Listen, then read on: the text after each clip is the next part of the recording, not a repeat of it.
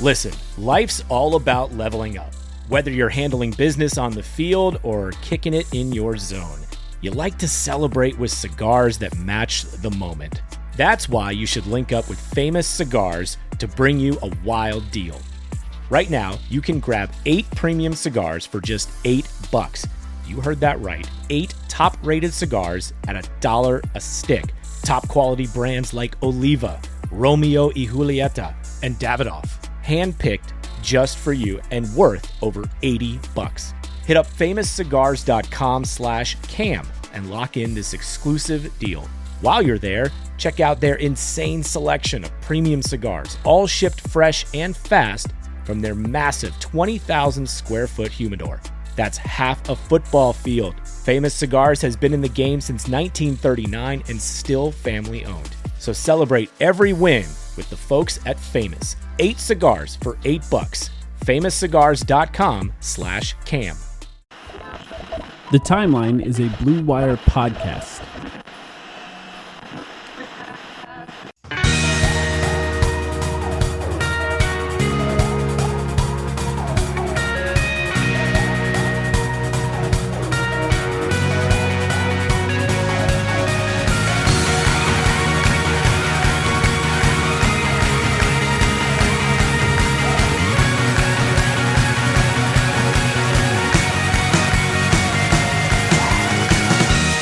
Welcome to the Timeline of Phoenix Suns podcast. The Suns are now up 2-0 on the Dallas Mavericks. Sam, how you doing? 2-0, Mike, and the Dallas Mavericks officially have a Luka Doncic problem. We can say it. Okay. We can say it in the series. It's going to be a defining narrative here. I'm ready to talk about it for the next 40 minutes if you'd like. We probably shouldn't, but I'll start here.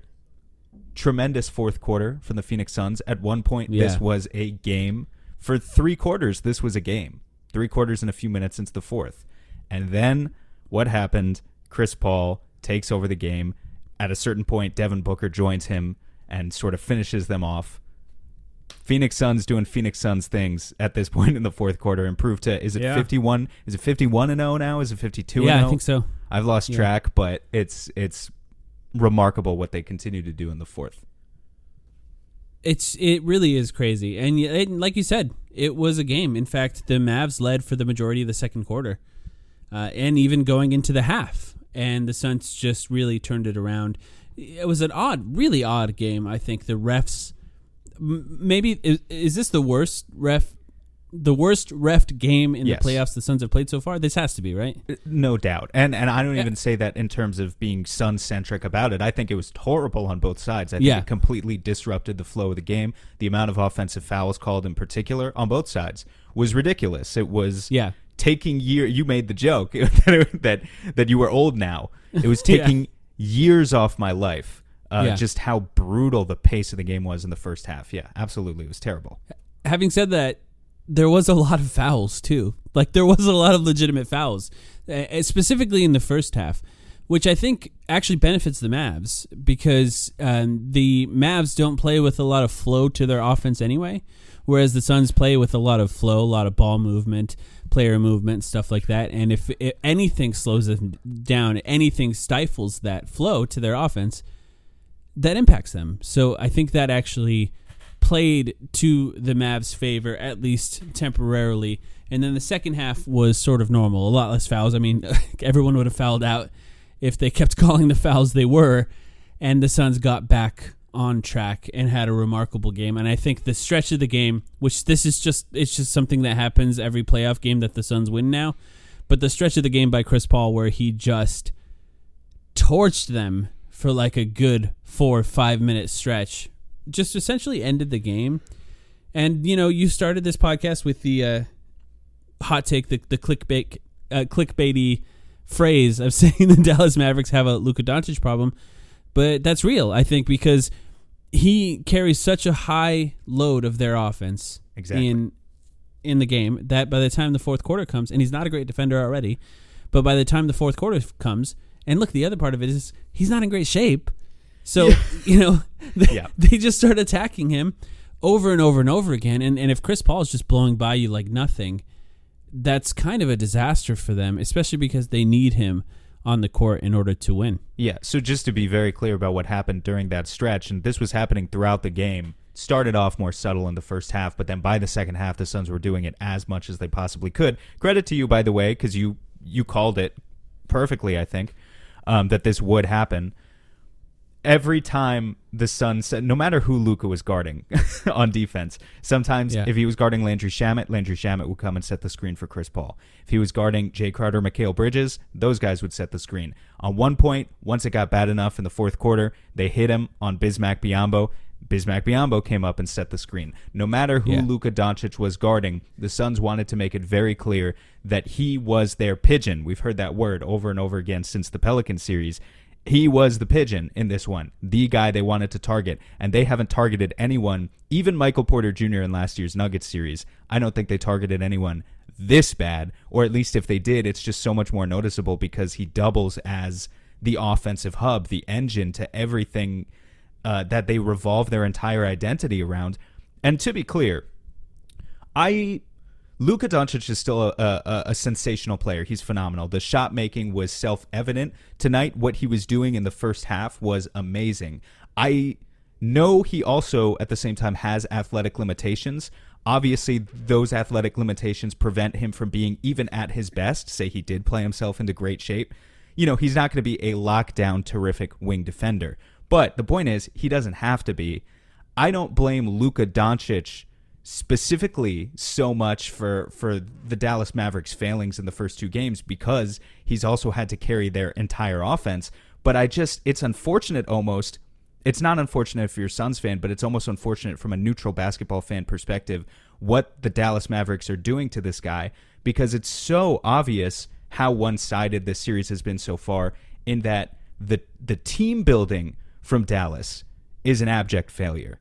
And they're just completely setting this guy up to fail by having him carry an offensive load where he touches the ball 100 times per game, and he's already not a great athlete to begin with. And then it gets to the fourth quarter, and he's fucking gassed. And it's obvious that he's gassed. And of course the Suns are going to attack that. The Suns have been surgical about attacking stuff like that all season long. So I don't necessarily blame Luka, but you know, like I just tweeted out before we hopped on the pod here, as we talk about adjustments going forward, what is the adjustment to that? This is a guy who you've built your entire offense around. You need him to play 44-plus minutes in a game just to stand a chance offensively.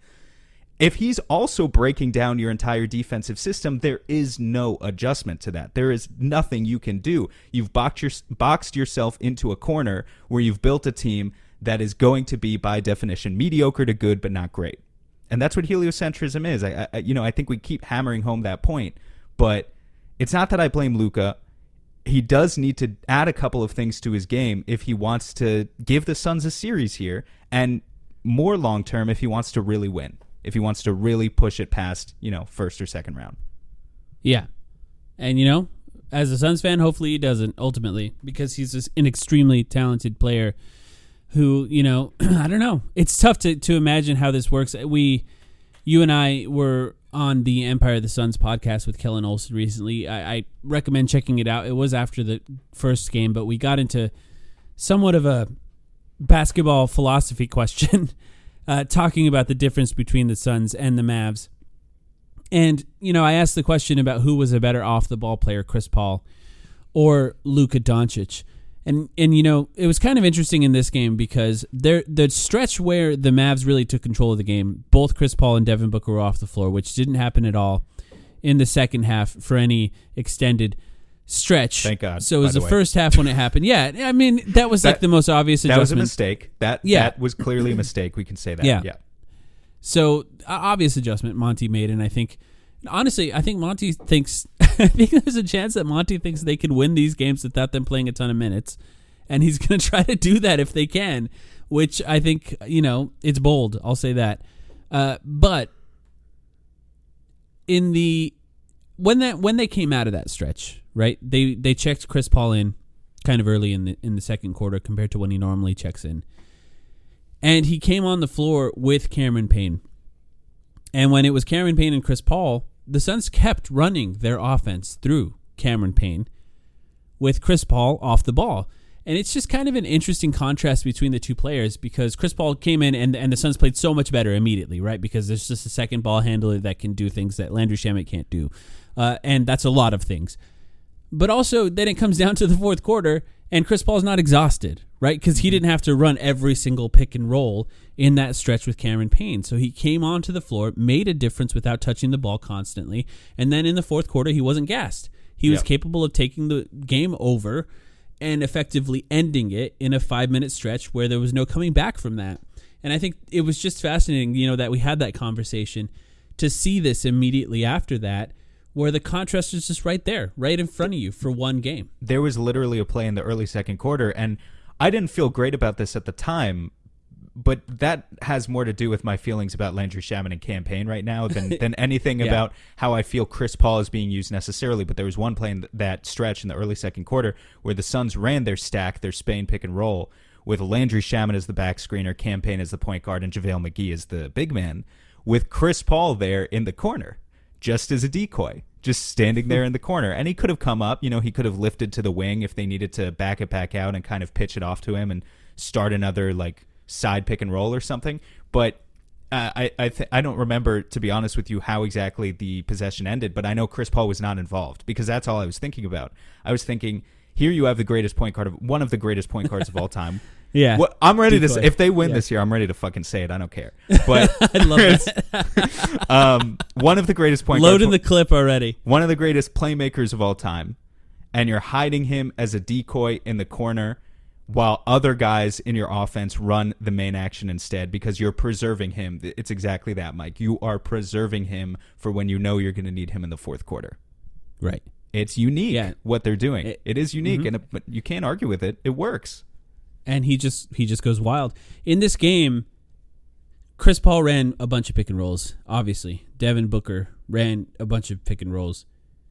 Mikal Bridges ran pick and rolls. Jay Crowder ran pick and rolls.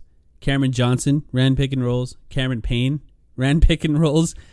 I mean, just watching the difference in these two teams, just from that perspective alone, where Luka runs 1,000 and, Brunson every once in a while, maybe Spencer Dinwiddie, but really not really. Most of Spencer Dinwiddie's damage that he did in this game was attacking closeouts on the catch or just firing up shots at the end of the shot clock because he got that hot potato. The difference is the Suns have everyone involved. And I think when everyone's involved, it makes a massive difference offensively. And I think it makes a massive difference defensively because everyone feels like they have a say in what happens in the game. It's a philosophical thing.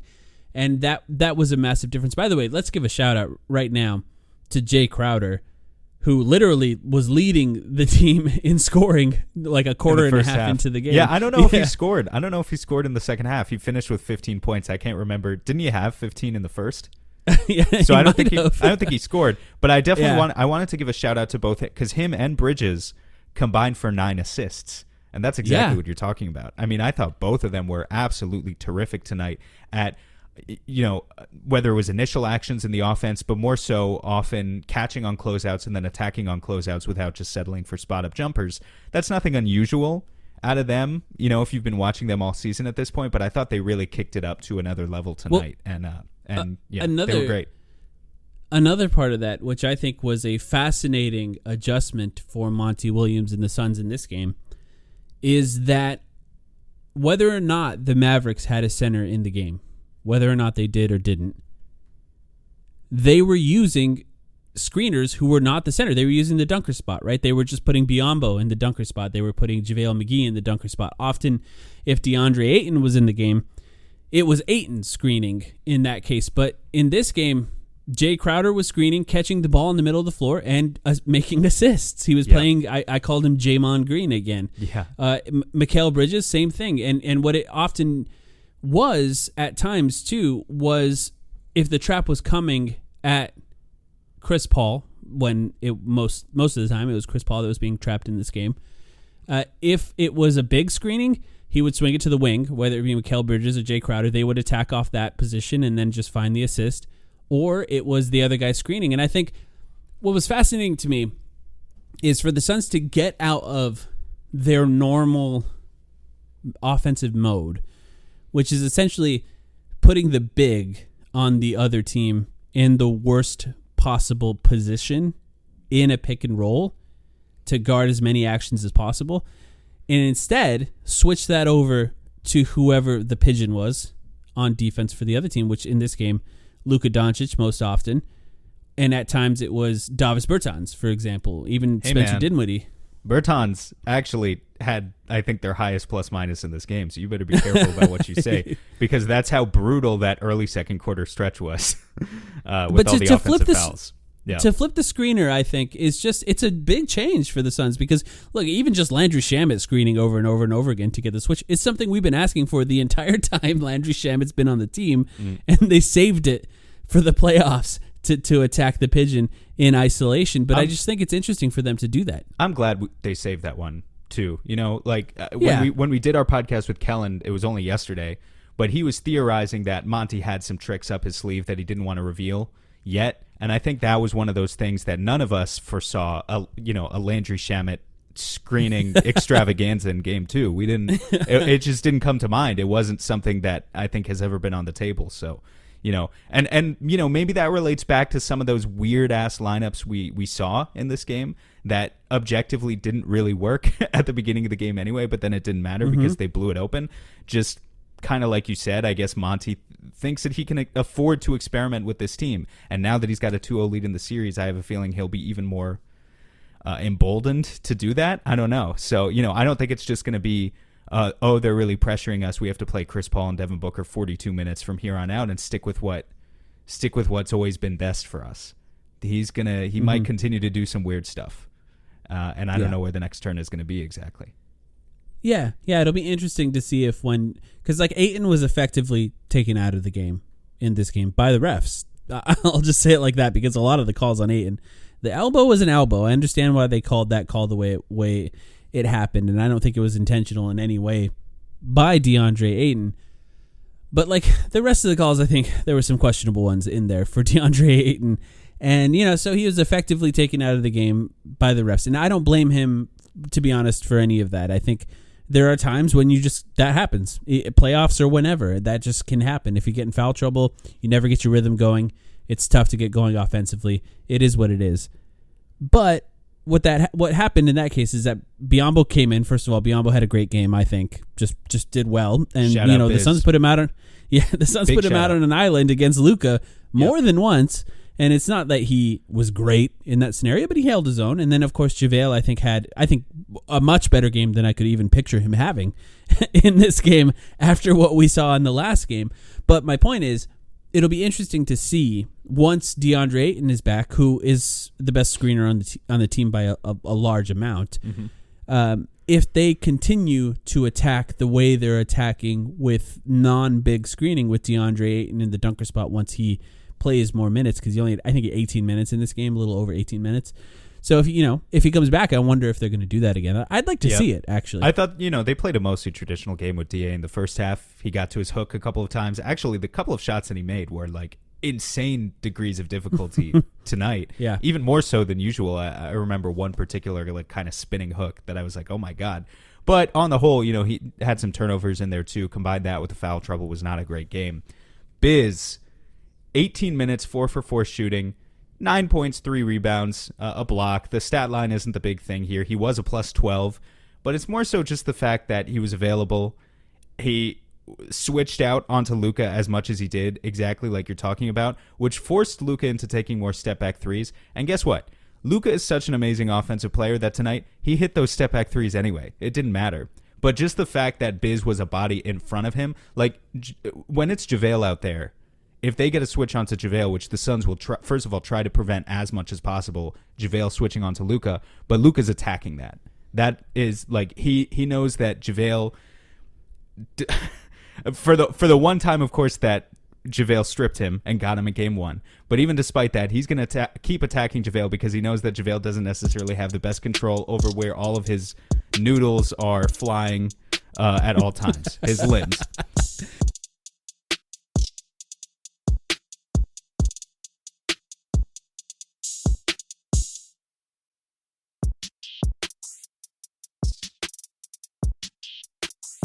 Oh man, there was that one possession where everything was looking crisp defensively. All kinds of rotations. And They started trapping Luka in this game, by the way, which I think was smart because they really zone up well when they trap. And I think if it's Mikal being the second guy in the trap, he's so good at rotating back out to another player in like a fraction of a second that I think they can afford to trap Luka when he's really getting hot. And they were flying all over the court. Ayton's in foul trouble. Everyone's playing well, including JaVale McGee. And then at the end of the possession, JaVale McGee just tackles, I think it was Kleber or Bertans or somebody. And they ended up getting a 4-point play. And I honestly thought at the silliness on the continuation call there, by the way. Yeah, that was bizarre. But yeah, at that point, I thought this could be one of those plays that we look back on as a turning point of the game if the Mavs go on a run. Yeah. Yeah, and then we know what happened. Chris Paul did the Chris Paul thing, but I still think JaVale was pretty good. You know, Kleber was effectively ineffective in this game. Yeah, JaVale wasn't bad. It's just fundamentally, I wanted to point out the difference between JaVale. If you're a guard, you attack him because you know you can get him into foul trouble, and that was proved tonight. He had 5 fouls in 10 minutes. Some of them were offensive, obviously. But if it's Biz, you know he's going to play you straight up. And so even if you are going to rely on your step-back three, even if it's a night like tonight where you hit the step-back threes, just fundamentally denying the Mavs that extra comfort level in generating penetration and forcing your defense into rotation, that's a good thing for the Suns. And so I thought Biz had a really good game. In a sort of process over result type way of analyzing it. Because at the end of the day, Mike, the Mavs in this game shot 46% from the field as a team. They shot 42% from deep again, 17 of 41, and 83% from the free throw line. They had a good shooting game. The Suns had a great shooting game. They shot over 50% from deep. But if you get Luka Doncic shooting well over 50% from the field, he scores 35 points with 7 assists, your team as a whole shoots 40% from deep, and you get blown out, that's not very good. It doesn't look very good. That's not very good. Yeah, it doesn't look very good, man. I mean, where's the formula to winning there? You know what I mean? Like, I got a stat for you. You got to hear this one. Yeah, go for it. The Suns. This is from Haralabos Vulgaris, who was tweeting about the game today. The Suns went after Luka Doncic 50 times as a screen defender. 50. That's fucking absurd. And scored 1.72 points per chance in those 50 plays, which would I don't even know how to describe how good that is. That it's like effectively shooting 85%. Those are literal on 2-point shots. Those are literal layups every time. Yeah. So that's one of those stats where it's like, I mean, you're exactly right, because what do they do? The one thing they did is switch to a zone. And, that's not... Look, if a team plays a zone for an extended period in the playoffs, it means they're done. Usually. Mike, that's not something you can do for extended stretches. Mike, I've always considered myself... I'm a fan, of course. We host a fan podcast, but I try to be a level-headed person. I always try and give props to the opposing team when I think they are doing something right. I'm trying hard to not let this one game influence my overall opinion of Luka Doncic this much. But if this continues to be the story for the rest of the series as well, I mean, I went into the series saying he was definitely a top 5 player in the NBA.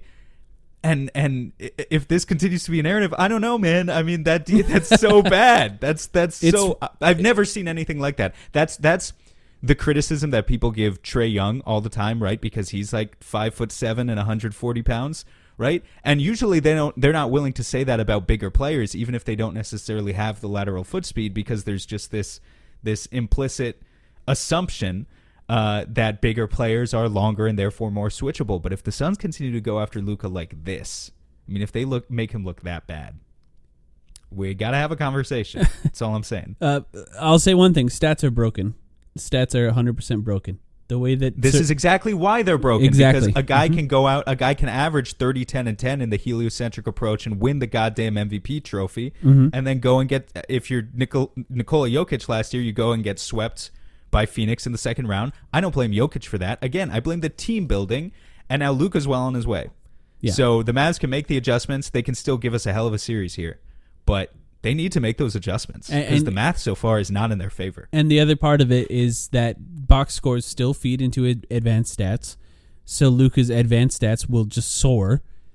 Same with Nikola Jokic. All of these guys that play this I'm the only person that's allowed to do everything, make every decision type of basketball, which I think the Nuggets do a better job of not doing that than the Mavericks. For the record, I think it's drastically different. But James Harden, I think, was the best example, and I think Russell Westbrook. Now I'm confusing them, but Russell Westbrook in his MVP year, I think that was the beginning of the end for advanced stats in a lot of ways, and just sort of the heliocentric approach. But on the other end of the floor, defensively, by the way, Haralabos just tweeting out stats from Second Spectrum, so we finally have a Second Spectrum, a Second Spectrum source here. If Haralabos is just going to tweet out the stats for us, they're all public.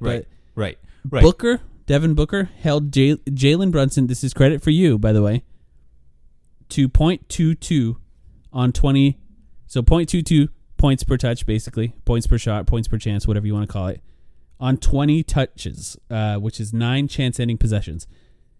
And then he had 30 points on 21 possessions on offense. By the way, 30 points on 21 possessions for Devin Booker is so perfectly Devin Booker compared to Luka Doncic. 30 points on 21 possessions is what the guy who is the leading points per touch player in the NBA does, where he doesn't exhaust himself by dribbling 1,000 times every single game and is able to do things like conserve energy and then hit a bunch of threes at the end of the game to even push the lead further. And when, you need buckets in the fourth quarter, the game hasn't been entirely blown open yet, but so you've got Chris Paul and Devin Booker on the floor at the same time. What do? You run them around screens and get Chris Paul to generate that assist, get a good pass for Booker, and run other decoy actions around it. But the point is, you have sets that optimize both of your star players at once.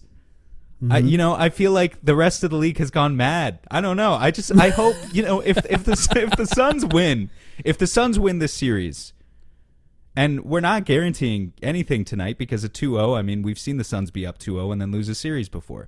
But if the Suns do win this series, I just hope there's some discussion here about the legacy of what, these GMs who are destroying their team's abilities, literally with the perfect strategy to coast to a 5th through 8th seed if you'd like to, and then, flame out in the playoffs. Forgive me for making this another, question about the philosophy of team building in basketball as a whole, but I think so much of that credit, of course, goes to the team building, but to have a coach that is able to convince guys to buy into a singular vision that ultimately impacts everyone, it matters a lot. And I think that's actually really, really, really difficult, especially when you have players that are superstar level players. And it's the case for Devin Booker being an MVP candidate, because being able to scale back and not dribble the ball 1,000 times a game in order to take as many shots as you want is a skill too. And it's not a skill in that the way that people say Kyrie's the most skilled player in the league because he has 5 different crossovers that he can use in a single possession. Yeah, but it's a skill in and of itself. By the way, I'm certain that there are no Mavs fans listening to this because, of course, they wouldn't. But I'm going to pretend that there's like an invisible pretend Mavs fan out there who's listening to this who might be questioning the fact that, we're going after the Mavs offensive approach this hard versus what the Suns are doing and saying, well, the Suns have Chris Paul. And it's just not reasonable to expect every team to have Chris fucking Paul, who I just called one of the greatest point guards in history. That's absolutely true. But what you're doing right now, Jalen Brunson has been a complete non-factor through the first 2 games, but at the same time, this was a guy who scored 28 points per game in the first series, granted against a much worse Utah defense. But I have to believe, Dinwiddie too, who had a fantastic second half to the season, I have to believe that if Luka worked on his ability as a screener, created some advanced actions that he could run in tandem with a Jalen Brunson or a Spencer Dinwiddie and then break the defense down in the short roll or something. He's not exactly like an off-ball shooter type like Devin Booker is, but there has to be a way. You have to find a way to optimize these guys together, because what you're doing right now, where they just dribble the air out of the ball, it does not work, and it will leave you disappointed at the end of the day. Yeah. It just will. Yeah, and I hope they continue to do it. At least for a few more games if the Suns can keep up what they're doing, because ultimately, I'll just take it back to the playoff preview that we recorded. But once again, I talked about it, this being the offensive execution series compared to the last series, which was like this sort of rock fight and just teams battling on the boards, and the Suns doing everything that was sort of out of their comfort zone. The way that this series is the offensive execution series benefits the Suns if they continue to play that they're doing, and ultimately they've played really well. They're hitting a lot of shots, right? Guys are getting the types of shots that they like, and I think the point you made about the passes is something that was kind of surprising, and with Jay Crowder having 3 assists and Mikal Bridges having 6 assists, but ultimately the Mavs are not rotating well. Yeah, and easy dump like offs. Mikal Bridges is just, he's just I call it, what I call it? I call it the Jared Dudley pass. You just drive on a guy as if you're going to slam it. Jared Dudley can't jump, so he would just dump it off to the big under the rim, and they'd have a wide open dunk. And that was Jay tonight too, because he a couple of his assists I think were both to McGee, and both times it was drive it. Obviously, he's not going to dunk it in anyone's face either, so he faked like he was going to go for the floater because that's his thing. He gets into the 10-foot range, he's got the floater. Defense comes up, dump off pass to McGee or whoever was there, and that's how he got his as well. Just really easy basketball from both of them. Zone potential change for the next game. Maybe they go to more zone. I can't imagine that being. Zone's not a sustainable strategy over a full game against an NBA level offense. I'm sorry. This might be the hardest. This might be the hardest game to try and come up with potential adjustments from the Mavericks. Honestly, I can't think of anything that they could do to fix this problem. I mean, they can look, at the end of the day, the Suns shot 65% for the field. They shot 52% from deep in particular. If the Suns have a game where they shoot 30% from deep, of course they can lose. And Luka goes off. So hope of the course Suns they can miss. lose. That's their best adjustment they can come up with. I'm just being honest. I can't, like, rotation-wise, what if they, the Dwight Powell as your starting center, it's not working. He's your traditional big, doesn't work. They try and space out with Kleba. Kleba's not the issue, but it's more so the other guys are, who they have around. Like if they play Kleba and Davis Bertans together at the 4 and 5, great. You've spaced the floor, and this is where I say, Luka has been disappointing defensively. It's not Luka's fault when he switches out onto a guy and he concedes the initial penetration, but then the guys he has to back him up are Davis Bertans and Maxi Kleba to protect the rim. There's layers to this. There's layers of badness built within here. And then the other thing they can do, of course, is go to Dorian Finney-Smith. It hasn't worked so far, but they've done it for 5 or 6 minutes a game. Well, that's what's interesting is I think there's not a coincidence. It's not a coincidence that both Reggie Bullock and Dorian Finney-Smith were in foul trouble in back-to-back games because they're just not well suited to guard the Suns' best players. And nobody really is, but like I don't know, Drew Holiday is a good example of somebody who is well suited, and neither of those guys are that kind of defender. Reggie Bullock is just like a high effort defender. He's not a great defender. He just tries really hard, which is credit to him because he's guarding Chris Paul for extended stretches of the game. And Dorian Finney-Smith he's Dorian Finney-Smith. Like, he's a good defender. He's kind of Jay Crowder-esque in the way that he defends. I would say strong, long, relatively tall for the guys he guards, but not able to move his feet as well enough to stay out of foul trouble against those guys. So, if they find a way to do that, those guys can stay on the floor for long stretches. Maybe that would help them a little bit. We know how it is. You go home, role players shoot better, so maybe somebody like Reggie Bullock can hit more threes. They just had a good Davis Bertans game as far as shooting, so it's hard to say that's going to flip anything, but maybe Davis Bertans hits 4 or 5 threes in this game, and maybe Jalen Brunson finally gets it going. I think that's their best options. It's not necessarily schematic changes at this point that I could really see, but is there anything else that stands out to you that they could try? Nope. Let's talk about the most important thing. I'm sorry. This is where we're at with this series right now. If I'm Kid, I don't even know. Let's talk about the most important thing then. Ish Wainwright got twice as many minutes. Shut the fuck up. As Torrey Craig. I'm happy for Ish Wainwright, who I do like. He's ahead of Craig in the rotation. The minutes with Ish did not look good, but it's clear that he's ahead of Craig in the rotation, at least for this game. I'm not sure if that's something that's going to happen in the future. He kind of checked in for the first time. during the barrage of offensive fouls. He checked in, Which committed an was offensive the worst foul, time. and then Yeah. went straight to the bench. Yeah, it was the worst time to check in because it's like, all right, well, this game is already off the rails, and Ish Wainwright is not. Like, refs tend to give guys the benefit of the doubt that they know, and they don't know Ish, who's just a football player on the court at all times. But yeah, I think we could see a little bit more of Ish at some point. He even checked in at center during that specific stretch. So I do think we got one of the calls of the, and it was against the Suns, a highlight against the Suns, but it was one of the calls of the night from Kevin Harlan, who Ish Wainwright checks into the game. Instantly they talk Yeah, about the fact, you know what I'm talking about. Instantly they talk about football at Baylor. Instantly, they talk about the fact that he played football at Baylor while he's guarding Luka Doncic on a switch. Mm-hmm. Luka gets the switch. He steps back. He hits the three, and Harlan goes, "It doesn't matter where he played football." And I was like, "That's a great call." So, He's great, but man, Reggie Miller, oh man, is Reggie. so bad. He's so bad, and it's not even just that he's like annoying, which he is, but the fact that he never analyzes the game is bizarre. There's so much to talk about in this game in particular. He got it a couple of times when he finally started calling out Luka Doncic being targeted after he the did. 6th or 7th time. Okay, but he got It happened 50 times in this game. We just read the stat off.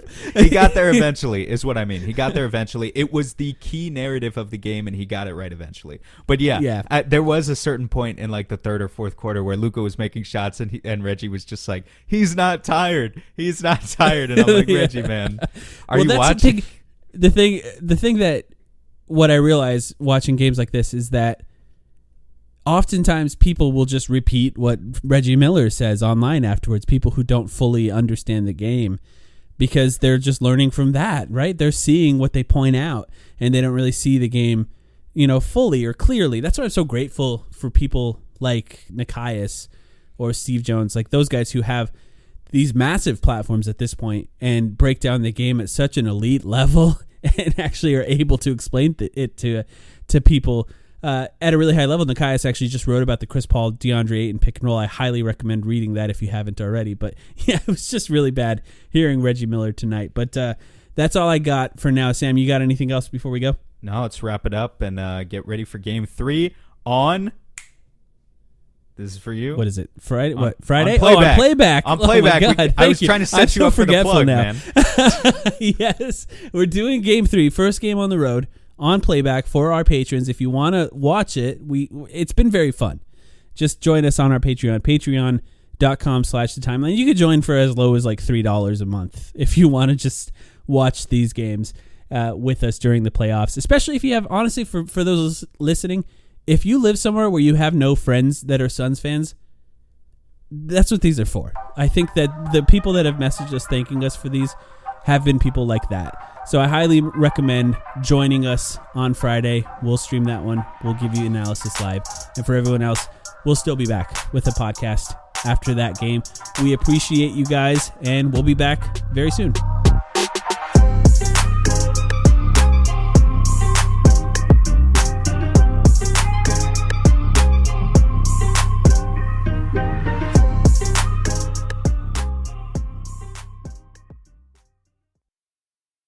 For over a century, Johnny Walker has shared its bold spirit with the game of golf. Now, crafted with Devereaux Golf, Johnny Walker introduces the Johnny Walker Blue Label-inspired Sunday Golf Bag, elevating the game with sleek design, Blue Label hues, and refined gold accents.